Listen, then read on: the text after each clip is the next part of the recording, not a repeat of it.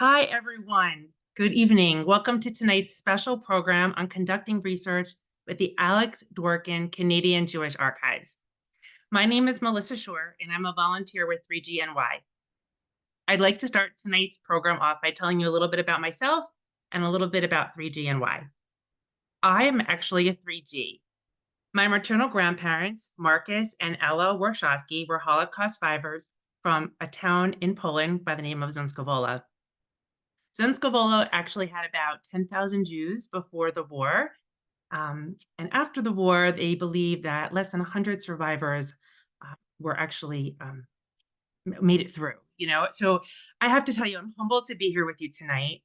And it's truly a miracle that I'm here to be able to share some of these resources with you. A little bit more about my family. So after the war, my family, my grandmother and my grandfather both had lost their complete families and their possessions and had no place to go. And they found themselves living in a displaced persons camp, a DP camp in Germany, in Feldafing, Germany. It was here that my mother was actually born in the September of 1946. My mother's name was Bila, known to me as Bella. And some point thereafter, her and my grandparents immigrated to Montreal, Canada. But it's interesting because I really knew very little about their life before the war, their journey to Germany, or their immigration to Canada. And like many families of Holocaust survivors, these events were really never spoken about. So last year, to honor the 2-year anniversary of my mother's passing, I decided to travel to Poland and Germany to just really walk on the land where my relatives were from. Little did I know what an amazing journey that was going to end up being for me and how much information I was going to find.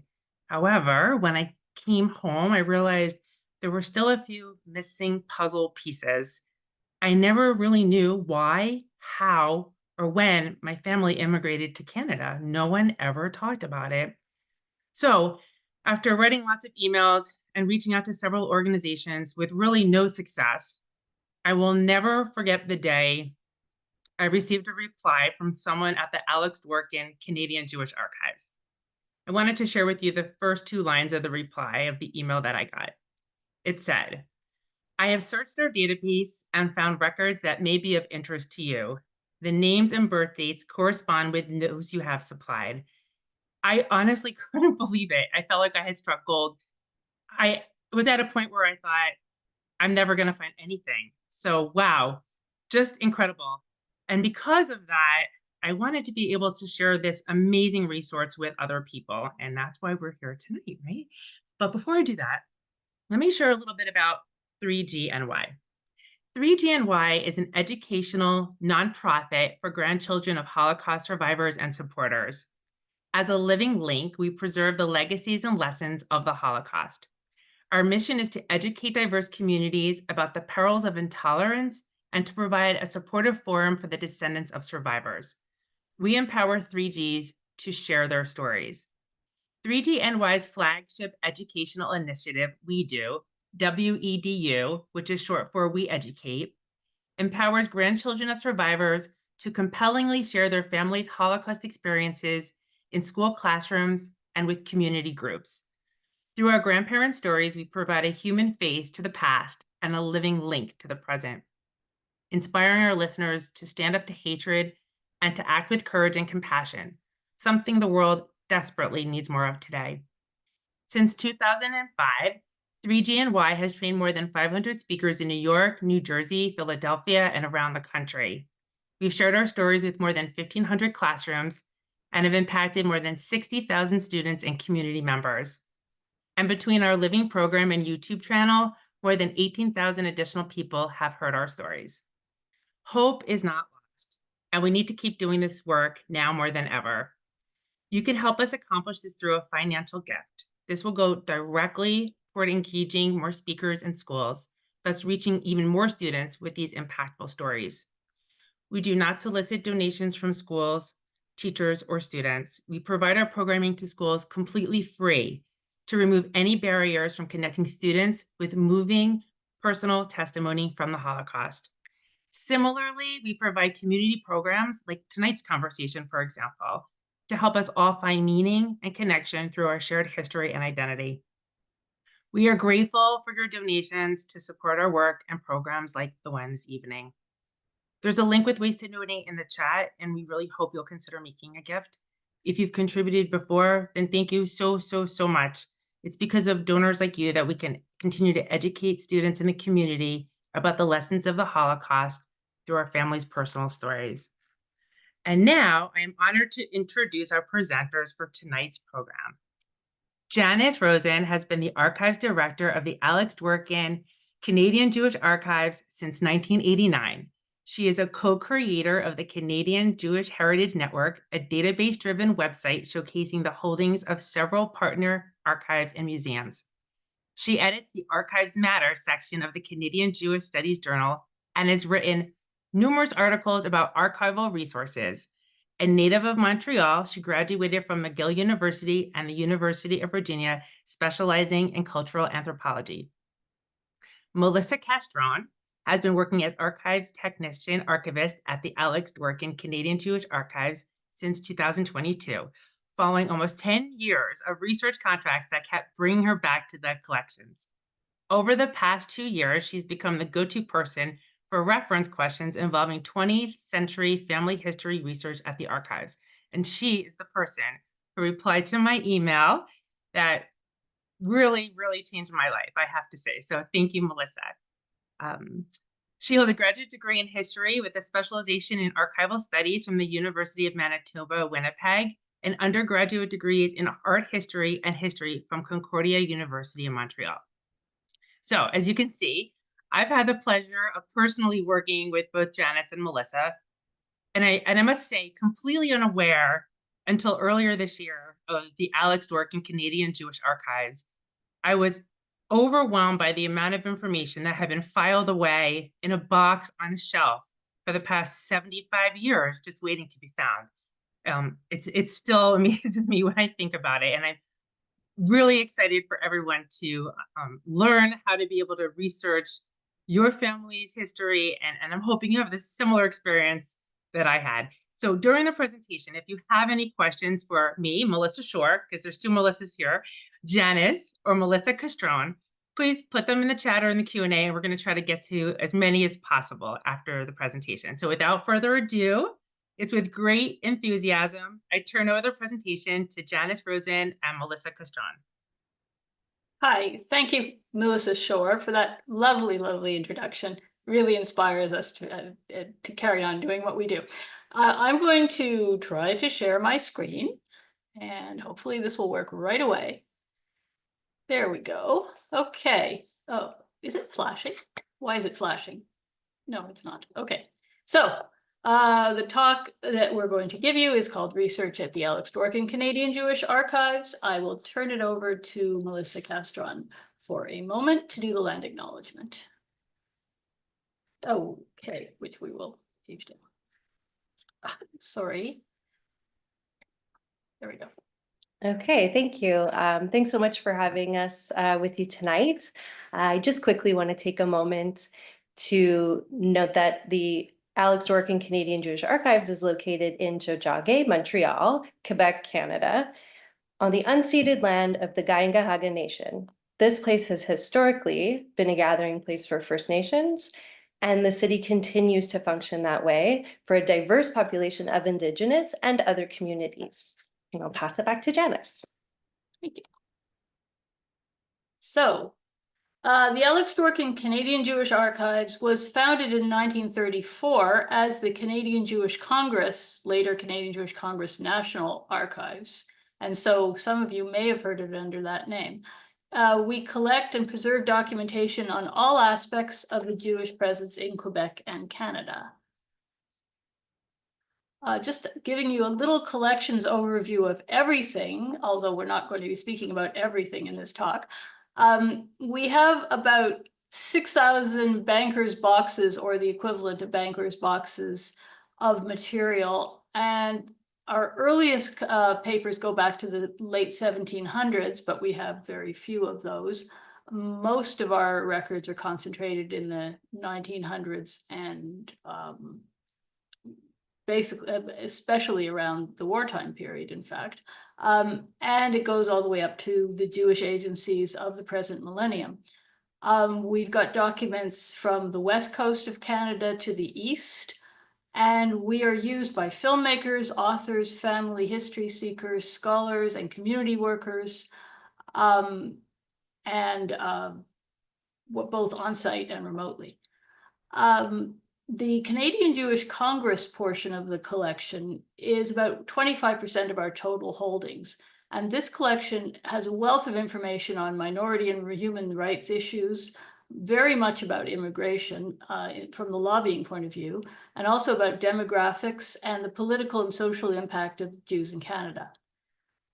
Our other major collections include that of the Jewish Immigrant Aid Services, which is the Canadian equivalent of what the Americans call the Hebrew Immigrant Aid Services, or HIAS, and the United Jewish Relief Agencies, the United Restitution Organization, the Jewish Colonization Association, all of which you're going to hear a lot about tonight, and other organizations which I won't be touching on, such as the National Council of Jewish Women International, B'nai B'rith, Labor Zionist Alliance, and many other smaller collections of organizations as well.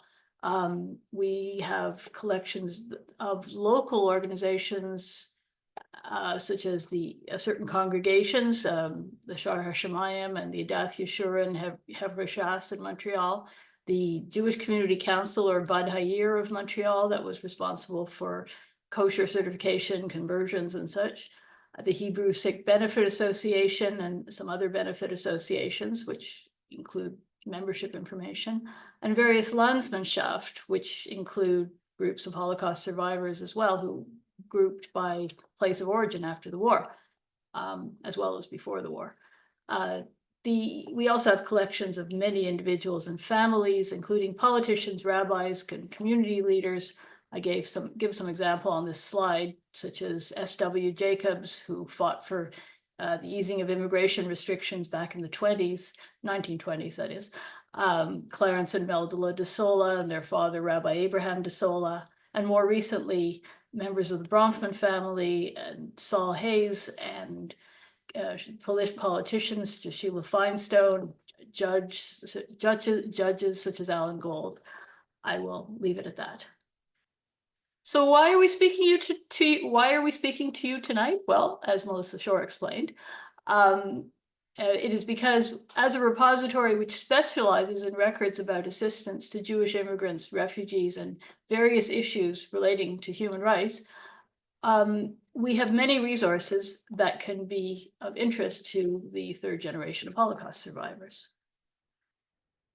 Our topics for this presentation are the resources which we have, which are related to post-World War I life histories and case files, as well as how to search our shared website for post-World War II immigration and other family-related information, the historical collections which we have, which can help provide contextual information for your research, and other mid and late 20th century genealogical resources in Canada. So here's some examples of some of the relevant historical collections we can tell you about. The most important of these historical collections is that of the Canadian Jewish Congress, as their wartime efforts were closely tied into what was done by JIAS and UGRA and the JCA, who dealt directly with individual immigrants, as well as groups of immigrants. The first slide that I show you here, I hope you can see my cursor, but it's the one on the left, is an example of an inter-office information bulletin issued by Canadian Jewish Congress to all of its membership. It wasn't really a membership organization, but everyone who was in some way interested in Canadian Jewish Congress received this bulletin, I would imagine by mail in those days. And it provided almost daily updates on post-war immigration projects during the 40s and early 50s.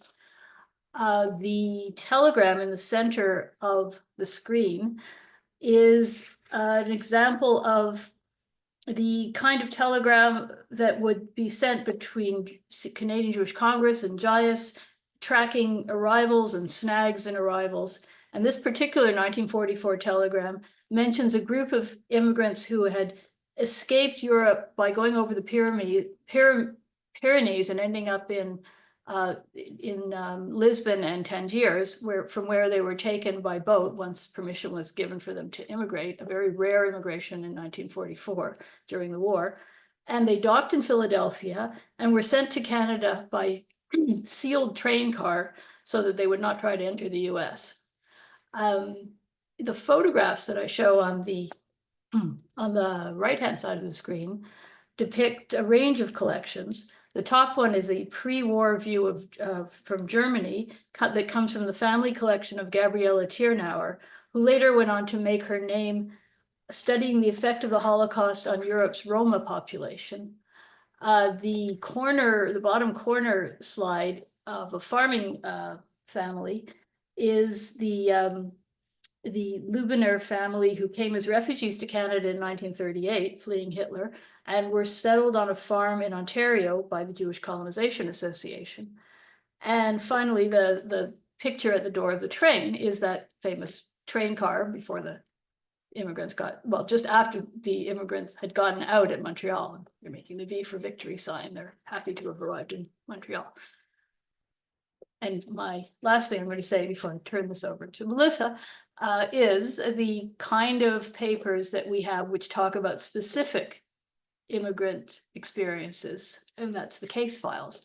So what you're seeing on the left-hand side of the screen is a letter that was part of an exchange between Janice and Hyas. This one dates from the mid-30s because of confidentiality restrictions. I didn't want to show something that potentially contained information about living persons, and I didn't clear this particular item, so I showed an earlier letter. It talks about how a woman who had recently come from Poland was wanting to move to United States from where she was in Canada, and Hyas was concerned that because she had asthma, she might become a public charge on the American people, and therefore there were problems with the American government about letting her cross the border. So this is a very typical story because we see a lot of documentation in the Janice collection about immigrants who tried to get in and couldn't,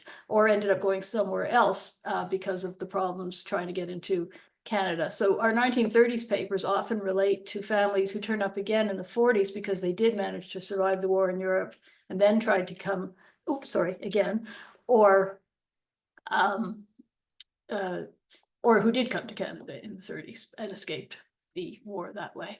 The middle section shows some documentation from the United Jewish Relief Agency's collection about the internees who were sent from England because they were young men. Yeah, they were men who had come from Austria and Germany and were suspected of possibly being from a fifth columnist in England, so they were sent out of England. And these men often stayed in Canada as immigrants or went on to United States. In the case of the letter that you see here, where this young man wanted to join his parents in New York, and what ended up happening is he had to get sent via Cuba to get to United States, and it took some time before he could be reunited with his parents.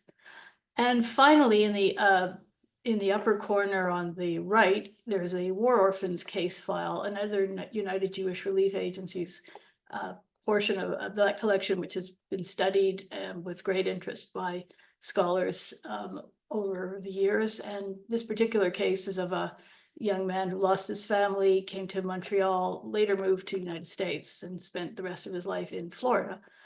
And finally, I'm sorry, I said finally before, but this one's really finally.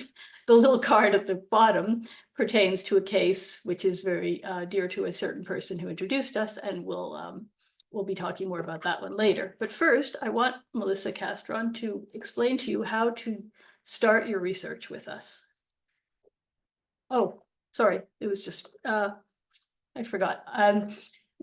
Before we get to that, you can see all of our genealogical resource collections on our own website, which is cjarchives.ca. If you follow the tab that says genealogy resources, and all of these little, oops, I didn't mean to do that. All of these little links are clickable. But you can also find that type of information on the genealogy portion of our shared website at the Canadian Jewish Heritage Network. And these are the things which Melissa will be explaining to you now. Okay, yes, thank you, Janice. So since this presentation is largely aimed at researchers who are not in Montreal, although of course some of you may be, and you may find yourself in Montreal in person at some point, I think the best way to introduce you to starting your own research is to take a look at the CJHN website. So as Janice noted, there is an Alex Dworkin Canadian Jewish Archive website, which has information about the repository and the collections that we hold, including the previous, in the previous slides, the genealogy research resources, but I am going to take you through the steps of a search using the CJHN, the Canadian Jewish Heritage Network, through which you can search these collections, which are also listed on the other website, but there are also 6 other repositories, mostly in Montreal, but also the Ottawa Jewish Archives in Ontario and the St. John Historical Museum in New Brunswick. So could I have the next slide, please, Janice? Okay, so I would like to note quickly the advanced search tool. There's a number of fields that you can fill in and options to choose from. This function also reflects the ways in which the researchers use the archives. In addition to genealogy requests, as Janice noted, we also have a large number of academic researchers, students, professionals, people who are interested in individuals, events, images, sound recordings, and video for all kinds of different projects. So you have detailed information, perhaps, and you may want to narrow your search right away, and you can do that here. You can also use the Browse tabs to look over names, places, subjects, and collections that are listed online. Of course, this is an option, but I would advise narrowing the results a bit by selecting certain parameters. So here you can see there are boxes ticked in blue, and that basically would just narrow down your search to a specific repository or a specific type of record. And then you will also see the blue bar that's at the top of the screen, which can take you to other pages that have useful information at any point. You can go back home, you can look at how to use the site, genealogy resources, all kinds of things. So yeah, the next slide would be great. Melissa, can I just? Yeah. Somebody was asking if we could make the screen larger, and I'm just wondering if Janice. Oh, that would be Janice, yeah. Yeah, if it's possible to maybe minimize your photo and enlarge the screen so people can see it a little bit easier. Let's try that. You know, I don't think that's a setting that could, because in my view, I am teeny and the picture is very big. I think it's a slider that the user has to do themselves in order to make that part of the picture bigger. Are you, for example, are you two able to adjust your view? No? I'm afraid I might lose this whole thing if I try it. You're seeing it as, because I'm seeing it as large, so it's hard for All me. right, that's all right. Hang Well, on. Wait a moment, maybe I can, that's not better.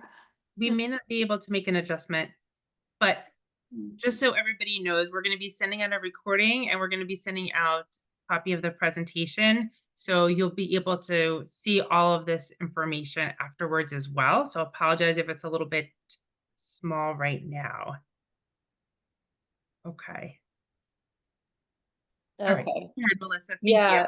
I mean, sorry, guys. I think that is maybe an issue here that I'm not sure how to fix it. But I'll continue, and yes, we will share the slideshow in a form of a PDF document, so you will be able to look at it a lot closer. And also, of course, you can come and check out the website. So that would be also great. So So I'll continue, even though it will be a little difficult to see the information on screen. So basically, when you land on the homepage of the CJHN, you have the option to search using a keyword. So that's the large search bar that's there, and there's a little magnifying glass icon on the right side. So you can start with a place, you can start with an event, you can start with all kinds of things, but for the purposes of the talk today, I'm going to show you how to do a quick search using a name, and then how you would narrow your results to see the most relevant entries for your particular question. So in this case, I'm looking to see if there are any descriptions online for the name bank. So it's quite small, but that is what's typed into the search bar. This is an interesting example simply because it has more than one meaning. So it's a family name, but it's also a bank, so you may come back with different types of records. And also we had someone over the summer who was asking about this individual, and it led to no living relatives at this point that this person could find. So it's still kind of a question mark, like, is there someone who will come looking for these records at some point? That would be great. So, okay, we can go to the next slide. So, yeah, okay. So once you type in your search term, you will end up with your results. So this one, bank, came back with a very large number, 772 results. And rather than look over each of these in turn, which is quite daunting and would take a long time, I'm going to narrow my results by using the fields on the left-hand side of the page to drill down and get what I want. So in the next slide, you would see that the first drop-down option is archival or genealogical. So by selecting genealogical, any materials that aren't related to the entries on individuals will be eliminated from the results.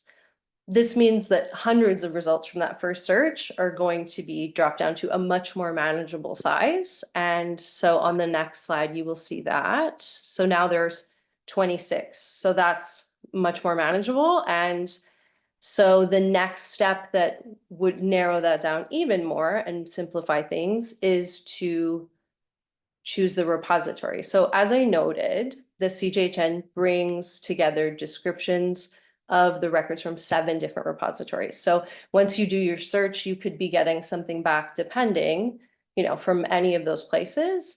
But by selecting one, that way you know that you're seeing materials from one location. And then with that done, so the next slide, you then will have my result is 17, and I know they're all at one archive. They're all here at the Alex Dworkin Canadian Jewish Archives. So the next step that would make that search simpler is to use the expand all function. So rather than click through each record and have to go backwards and forwards, you can expand each of those descriptions and you will get a lot more additional details, and you can right away see if those things are relevant or not. Maybe you're not sure. So in the next slide, that should be yes. So for example, this record description includes not just the name of the individual, but also the names of their spouse and their children and their birth country. Depending on the information that I might already have, this would allow me to then decide how relevant the description is to my research. So if I think that it might be useful, the next thing that would help in the search is to choose the select function, which is down at the bottom of the record. So we can go to the next slide after that. So the select function allows you to choose, oh, I think you've gone a little too far. Yeah. So like this example, the next record that was in the list, the description, it does have additional information, but it isn't as detailed as the first. So in this case, even with the name, it's not necessarily going to be obvious that this record is the one you're looking for. Maybe it has to do with your family member, maybe it doesn't. People use different names. It depends where they're living, the languages they're speaking. So, it might not look exactly the way you think it should, but at the same time, you're interested. So you would be able to select these various record descriptions and create a list. So that's the next slide. Once you've selected all of the relevant descriptions and you have a little list, you're looking for more information and you would like to perhaps go ahead and there's a few different options. You could save them. You could make a PDF copy. You can print the list. You could also email the copy to someone else. So perhaps you're working with someone who's also doing research. Perhaps you have family members who are interested or who are going to help you do that research. So all of those options might be useful as you're looking through these different descriptions. And so the next and final button would be the email and inquiry. So this allows you to take those selections. They have a bunch of information in them. Some of that is obvious to you, and some of it will be useful to the archivists on the other end. So what happens when we get that list? You can add additional comments. Perhaps you have a more specific question. Perhaps you have a little bit more information you would like to give us. But this process streamlines the request by linking directly to those descriptions with that information. So you don't need to figure out what you need to add to an email. You can just drop those descriptions in an email that comes directly to us, or you could see that there is a few different repositories. You could also send an email to any of those other partners that we have on that site. So that's a useful tool, and it just, yeah, it makes the process just a little bit easier. And we're happy to receive those requests. However, not everything that's on the website is everything that we have. So what if your search doesn't come back with anything? What if you're unsuccessful? This can seem discouraging, but the descriptions that we have online only represent part of the material that's housed in the archive. So this is due to two key factors. So the first is time. As the image on the slide demonstrates, the archives is full of boxes. The archives is full of materials, and each one of those files in those boxes has hundreds of pages of often very fragile pages that are laden with staples and paper clips and pins and metal fasteners of all kinds. So we can't easily take those out of the boxes and digitize them in a meaningful way. And then also, they're not necessarily information we can put online. It's private information, it's personal information. So when we're working with those materials, we have to be cognizant of, how we're going to save digital copies and then how we're going to make those accessible in a way that's also respecting people's privacy. So we have them in their boxes. They are, we care for them in the archives, but we also keep just the basic descriptions of those collections and their series and their subseries online so that the researchers can get a really good sense of what they might find, and then they can get in touch with us and send us a request. So the second factor that keeps us, as I did mention, that keeps us from putting everything on the internet is because of the personal nature of the information. So for example, the JIAS social cases and the UJRA internees and orphans cases, those files have not been made available on the website, neither ours or the CJHN. So this may happen in the future. It's possible once the appropriate amount of time passes. But the archive staff is always happy to help researchers find the relevant materials in these collections upon request. So because of the Canadian privacy laws restricting access, and it might be a little bit different than maybe what you would experience in the US. I think maybe it's a little less time. But that being said, once we have established the connections between, the researcher, these individuals, then we can move forward from there and provide access where it's appropriate. So normally we restrict access to certain types of files to the individuals that are named in them, or else a direct descendant. And with that, I think I'm going to pass that back to Janice to give us some examples of the case file research.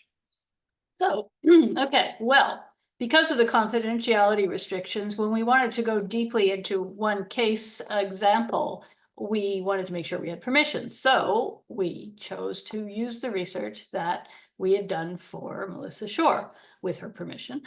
And so the selected papers I'm going to show you come from the results of that search. Now, down in the bottom left-hand corner, and I apologize, it'll probably look very small to you, there's a little intake card from Janice, and on it, I'll read it if you can't be seeing it at all.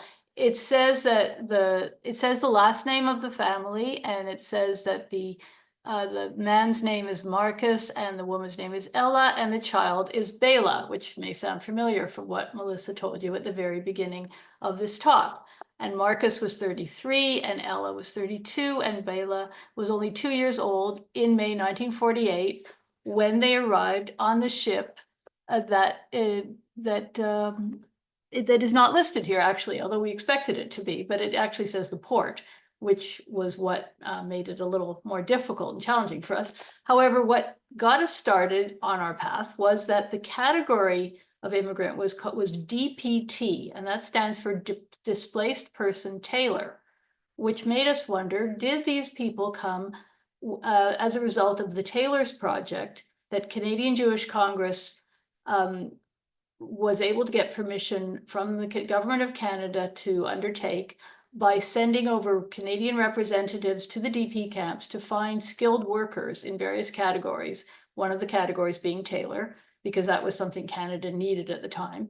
And having gathered these people together, they all came on a ship. And as we found out, it was the New Hellas, which we've got a picture of in the upper corner there. And so we were able to find ship lists where Melissa's family appears, and right where the card sort of points in is where the 3 family members appear. It's Warzowski, I believe, if I'm mispronouncing it. Oh, she's nodding, so maybe I managed. Okay. Close. Warshawski. Oh, thank you. Yeah. And on this first big list that I've shown, you can see their place of origin. You'd be able to see the birth dates if I hadn't kind of grayed them out for everybody. And you see the profession of Taylor for Marcus, and you see their place of origin, which they were directly coming from at that time, which would be Feldafang, the DP camp.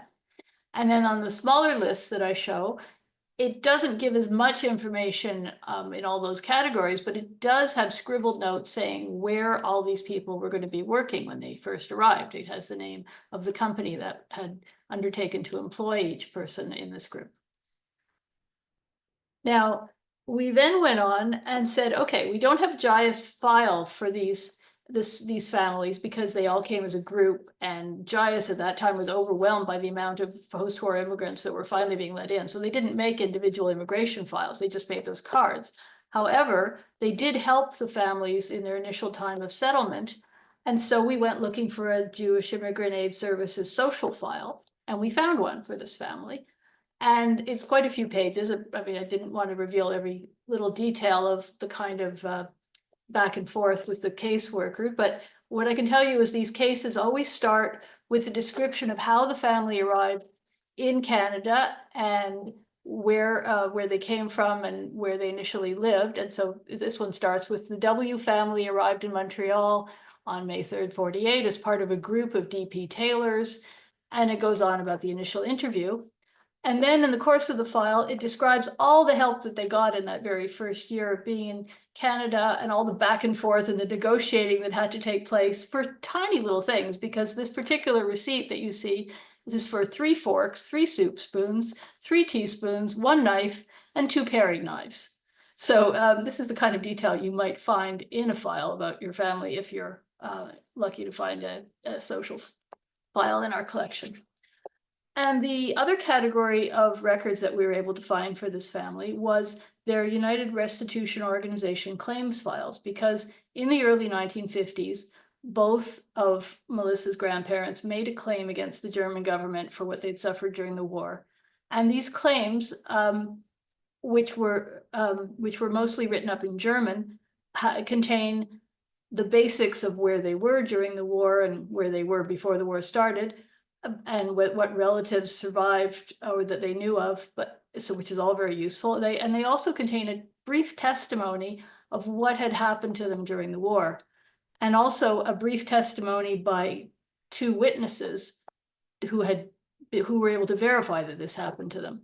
So that's the part in the blue writing where they filled this material, where they filled these, well, this was Marcus's form, where he filled this in and then signed the form.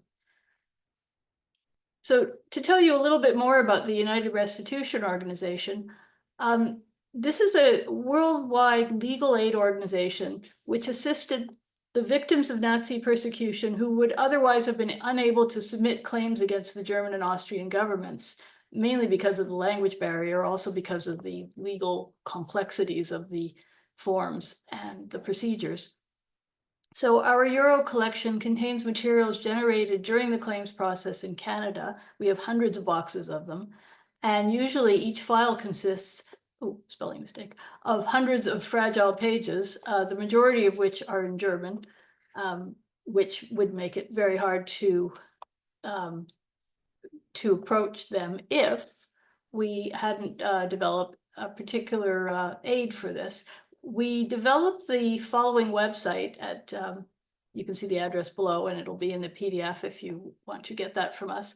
It's called the Interpretive Guide to the United Restitution Organization Claims Files. We developed this website in the early 2000s with a grant from the Claims Conference, and it helps people who either have a copy of such a document in their home or get one from an archives to understand what it's all about. And there were claims made by Jews all over the world, so many Americans will have encountered the same phenomenon and perhaps found these files in places such as the United States Holocaust Memorial Museum, which also has a collection of claims files. The part of the site that is particularly useful, I think, is the part where it's under the tab that says Guide, because it breaks down the different types of claims and shows images of the most common documents that are found in each of these different types of claim files. And using what was cutting edge technology in 2005, one sees examples of sample pages of forms, and when you mouse over the German and click on it, you will see the English equivalent of that text, both for the form language itself and for the answers of a typical response, but we blurred out the names to preserve confidentiality. Also, the site up at the top where the tabs are, it contains a glossary section as well, which is a glossary specific to German legal terms of the early 50s and 60s. So it's very specific to the type of language in those forms. And I didn't give an example, but sometimes the word can take up the whole line. German is like that. Well, that is it for my part of the presentation, but I want to turn it back over to Melissa, to Castron, to explain some other resources you can pursue. Yeah, thanks, Janice. So these are a few of the books that have been written over the last, well, some of them are, one of them is a little bit older, but over the last few years, using a lot of the collections that were discussed here tonight. So there are, again, it's, my apologies, it's small, but there is the first one, which is on the right side bottom corner, called Who Gets In, by Montreal-based professor and author Norman Rabin, who wrote about his family's story. So it's an interesting case, despite being the 1920s and 30s as the focus. But it really does illustrate the difficulties his family had, the climate leading up to the Second World War and the Holocaust, in terms of the closing doors, restrictive immigration policies in Canada, and also the narrative documents, the successful, ultimately, attempt by his grandfather and the family, but also some some stories that were not. And it really does do a great job of narrating his own personal research journey. So I think that's a really interesting book. Also, Deemed Suspect, the one right above that is by Eric Koch. So that documents internee stories. So that was mentioned earlier as well. It reflects the experience of Jewish refugees who came to Canada from Austria and Germany and were then interned by the Canadian government, which was an unpleasant experience. And once they were released, settled in Canada in some cases, but also moved to other countries such as the United States. And there's actually a list of the, you know, 1,000 plus internees who were in those places at the end of the book. So again, an interesting resource. And then in the middle is the Taylor's Project. This is a book that was published a couple years ago by Andrea Knight, Paula Draper, and Nicole Brick, and it's connected to Melissa Shore's family story. And so it documents the groups of skilled workers, the Taylors in particular, but they were assembled in these DP camps and then sent to Canada in the aftermath of the war. So this has stories of, I believe it's also in the thousands, the group of people, and it gives some really interesting contextual information about that program. And then the fourth book I have on the screen at the top left is called Open Your Hearts by Frady Martz. So that's a book that deals with war orphans cases, and over 1,000 young people were brought to Canada through the efforts of the Canadian Jewish Congress. So that tells their stories, and again, some really interesting context. Underneath that is a Montreal specific book called The Montreal Shtetl, and it's by Zelda Abramson and John Lynch. So that documents the post-war experience of new Jewish Canadians who were settling in a new city and rebuilding community and how they were doing that. So these books are perhaps not, you know, your family's exact story, but the researchers do showcase the things that they've looked at. So there can be some clues there as to where you might want to look. And also, of course, the contextual information is always interesting, especially when you run into those gaps, you know. So it is a really great thing to be able to kind of see what other people's stories were like and get a sense of the environment that people were living in. And so I think these books are all really great. And then the next slide, we have a list. Again, we will share this in a PDF format. So these are all clickable links, but there are other websites for research in Canada specifically. So we have a number of resources that we can use to support genealogical resources, or sorry, not resources, research, but we don't hold everything. So all of the things that you might be generating, living in a place, birth, marriage, death records, all of those kinds of things are held by provincial archives in Canada. So your relatives may have lived in Toronto or on the prairies or on the West Coast. So there are all kinds of other archives that may be able to point you in a direction or give you access to resources. So contacting any of these places is always a possibility. And then also there are, you know, the genealogical societies. So there's a Montreal Society, there's one in Toronto. They have access to databases that we do not. So they're able to, again, support this kind of research and maybe direct you back to us. Like there's certain types of things that we may not see, but that they will. So, you know, there's all these resources that really work well in concert. So I would encourage you to reach out to any place that looks like it might be of use, you know, like I think that that's important too. It's like we're all kind of, you know, presenting what we have, but you'll get a full picture if you start to like access different things. So, and then the next slide. So of course, there are also resources outside of Canada because these stories do extend well beyond these borders. So as a Canadian repository, we do focus on Canadian records. So we don't have materials from Europe.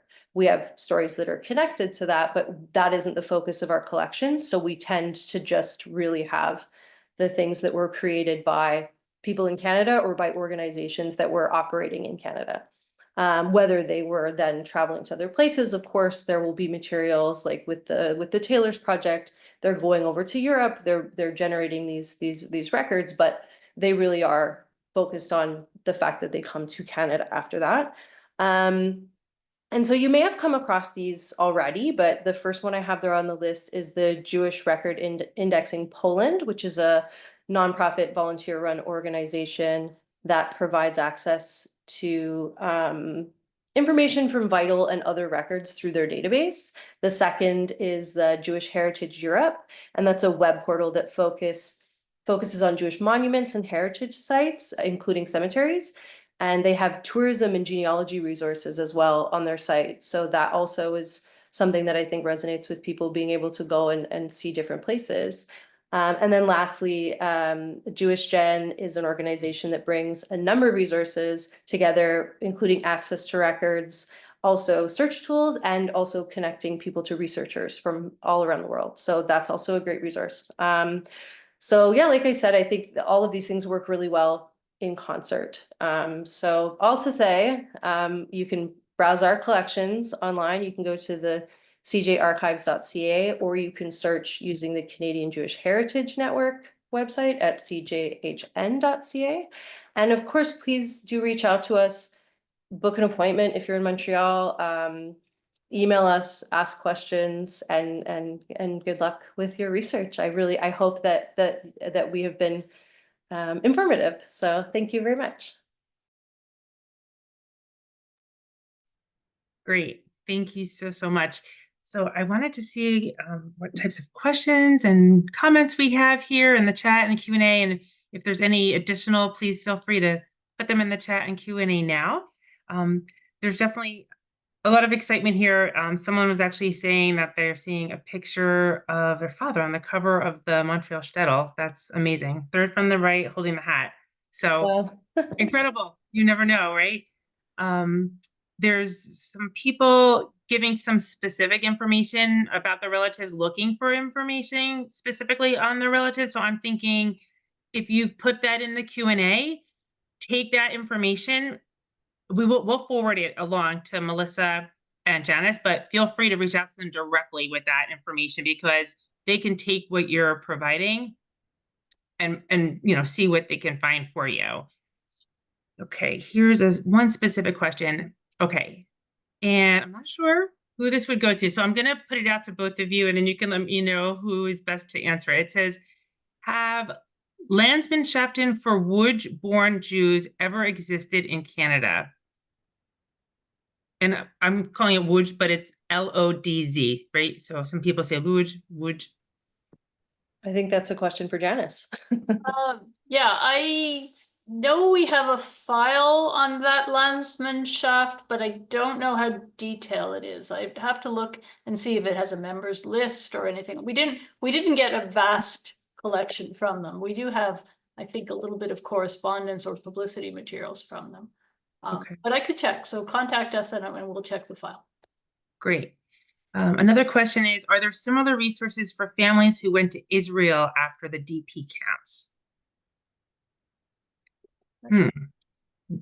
Yeah, who's best to answer that?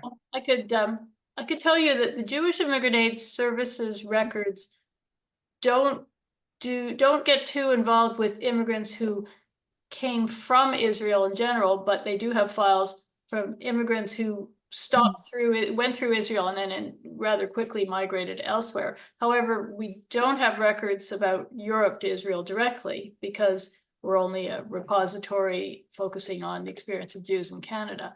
That being said, the JIAS records do have what's called location files, where someone who's based in Canada is looking to find someone else, or someone based in Israel is looking to find someone in Canada, and in the process of asking the question tells about themselves. So it could happen that we have something about someone whose story didn't end up in Canada at all, but it's not as likely. Okay, great, thank you. All right, another question. Are you able to access the information that you have in person digitally if we're not in Montreal? And I know you guys touched a little bit on this, but maybe you can kind of go a little deeper, Melissa. Yeah, so we definitely do offer, and actually that is a great question, because I didn't touch on it, but we do offer, of course, an on-site visit, yes, but we can also contact you by email, or we could speak on the phone or Zoom, you know, like that kind of thing. That's always possible if there's a complex question. In terms of accessing the records, we can digitize and we can share things with people. So basically the way that it works is we would do an overview of what we have and let you know, because when we do scan our materials, it's a dollar per page Canadian. So we do have a small fee that's associated with the digitization. And then if it's a larger research project, we then maybe would have a research fee. It depends, like if there's multiple hours of research that's necessary. But in most cases with the genealogy records, it's not going to be like a big long project. It's just going to be the location, the digitization, and then we can share those files with you. So it's definitely possible to access the materials remotely. And please, yes, just contact us and we can definitely figure that out. Okay, great. Another question, do you have records of Jews who immigrated from China? Yes, we do have a couple of groups that came through China. We have some individual collections that are really interesting of members of families who did go through Shanghai and then move to Canada, including a wonderful album which includes school records of a young girl who went to school in elementary school in Shanghai and later became an immigrant to Montreal. But in terms of individual cases, Canadian Jewish Congress was involved with getting some Jews who had taken refuge in China, getting them to Canada. So there's correspondence about them as a group, and the individual cases often ended up in the JIAS collection or the UGRA collection. So it is worth inquiring. Okay, great. Here's another one. So this particular person is online from the UK and says that they work with an organization that has access to the files of the 65,000 Jewish refugees that came to and through the UK between 1933 and 1948.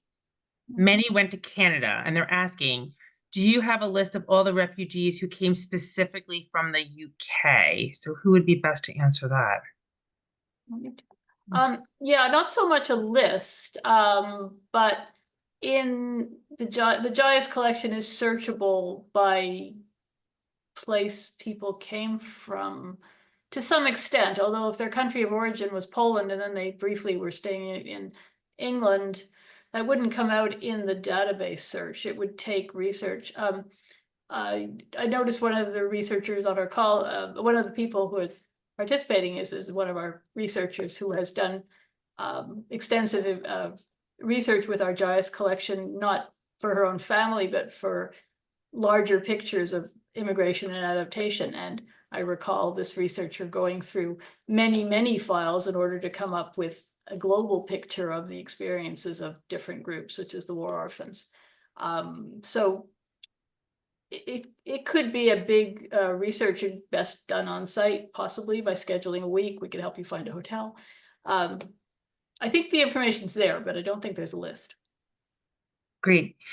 Here's another question. The question itself is, do you know where they can find embarkation records? Because they're saying on their mother's side, my great-grandparents, and they're saying, yes, turn of the 20th century, not World War II, ship docked in Montreal. They walked down the road to join family in northern New York State. Do you know where I can find the embarkation records? There is a resource that we listed in our other Canadian repositories. It's the Pier 21. That would probably be your best bet. That's the Canadian Museum of Immigration. So because of the nature of the JIAS records that we hold, JIAS, the organization, was founded in the 1920s. So most of our records of immigration span from the 1920s onwards. So if your family came before the 1920s, it's a little less obvious that we would have something. But this Pier 21, the Canadian Museum of Immigration, they have a whole a vast array of things. Not all of it is accessible, but I think because of the restrictions, but I believe before the 1930s, you have a good chance of finding something. So they have a website, you can submit your information and you can request. It takes a few weeks. I have done it and it does take a few weeks, but you know, when they get back to you, they may have some interesting things. So that would be my suggestion would be Pier 21. Great. I know we're running a little over time. I'm going to see if there's maybe one or two more questions and then we'll wrap it up. This one is, do these records include information about people who came to Canada before the height of World War II in the 1930s? Melissa, yeah. Yeah, so yes, like I said, just now, so that's timely. The record started in the 1921. So I would reach out, yes, definitely, because we do have things all the way through and then up until, you know, the most recent things are obviously not open for consultation, but yes, the 1930s definitely. So Fantastic. Great. Okay. Well, some good questions, some fantastic dialogue. And I just want to say, you know, a big thank you to Janice and Melissa for sharing these amazing resources with us. We are going to be sending out a recording of tonight's presentation along with the slides, so everyone will have access to that. We would love your feedback to help us to continue to improve our programming. So take a look in the chat. You'll find a link to a brief survey. But really, just on behalf of the 3G community, thank you, Janice, Melissa. And I know you've really devoted much of your life's work to this, and it's, you know, preserving records of all of our families' journeys to kind of a new land. And I just want to say I'm so grateful. I think the community is really grateful, and we're excited to be able to work with you, you know, to learn more about who we are, where we're from, and how our families got here. So thank you to everybody for joining, and good night. thank you. Bye-bye.